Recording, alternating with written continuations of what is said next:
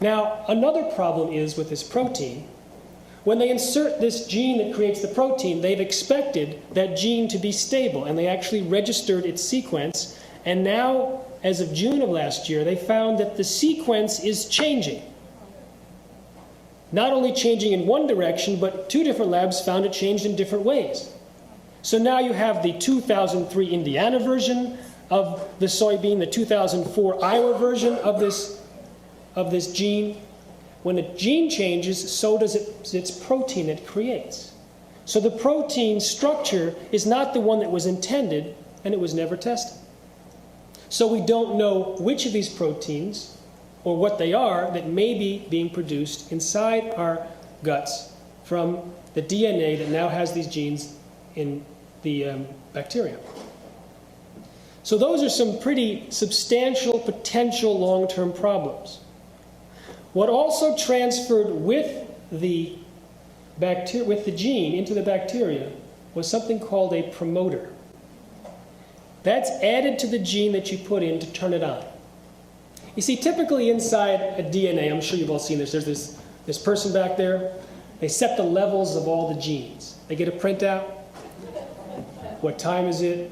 How old am I? What part of the physiology am I in? Am I under attack? This whole thing is just very well calculated, and they figure, okay, they set the levels of which genes are expressing their proteins and how much. Then this foreign gene comes in that was not part of the billions of years of evolution of that particular species, and it's unrecognized. So what engineers do is they put in a permanent artificial on switch, which turns on this gene 24/7 around the clock, full volume. So it produces its protein at top volume no matter what. They assumed that it would only turn on the gene to which it was attached.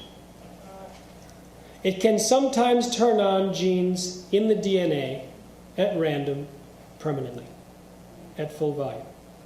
So now in the corn plant or the soy plant or the cotton plant or the canola plant or the papaya plant or the zucchini plant or the crookneck squash, those are the 7, we'll go over it again. Those may have genes inside their DNA which are now on at full blast. And so this person back there is saying, okay, enough. And the gene is saying, I'm sorry, you're not in charge anymore. He is. And you look over and it's this foreign promoter. And what can it be overproducing? Allergens, toxins, carcinogens, anti-nutrients, something great. We don't know. It's genetic roulette. The promoter transfers to gut bacteria. It might turn on genes at random inside the bacteria.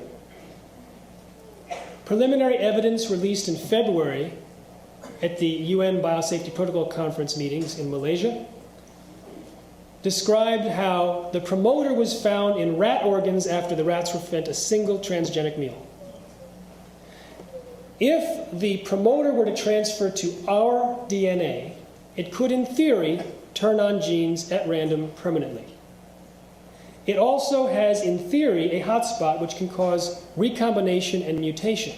So it could also mess up the structure of our DNA. It also can, in theory, awaken dormant viruses embedded within the DNA. Now, because we know that the soybean gene transferred, of course we know that the antibiotic-resistant marker genes might transfer, but they never followed up to find out. And that could be creating super diseases.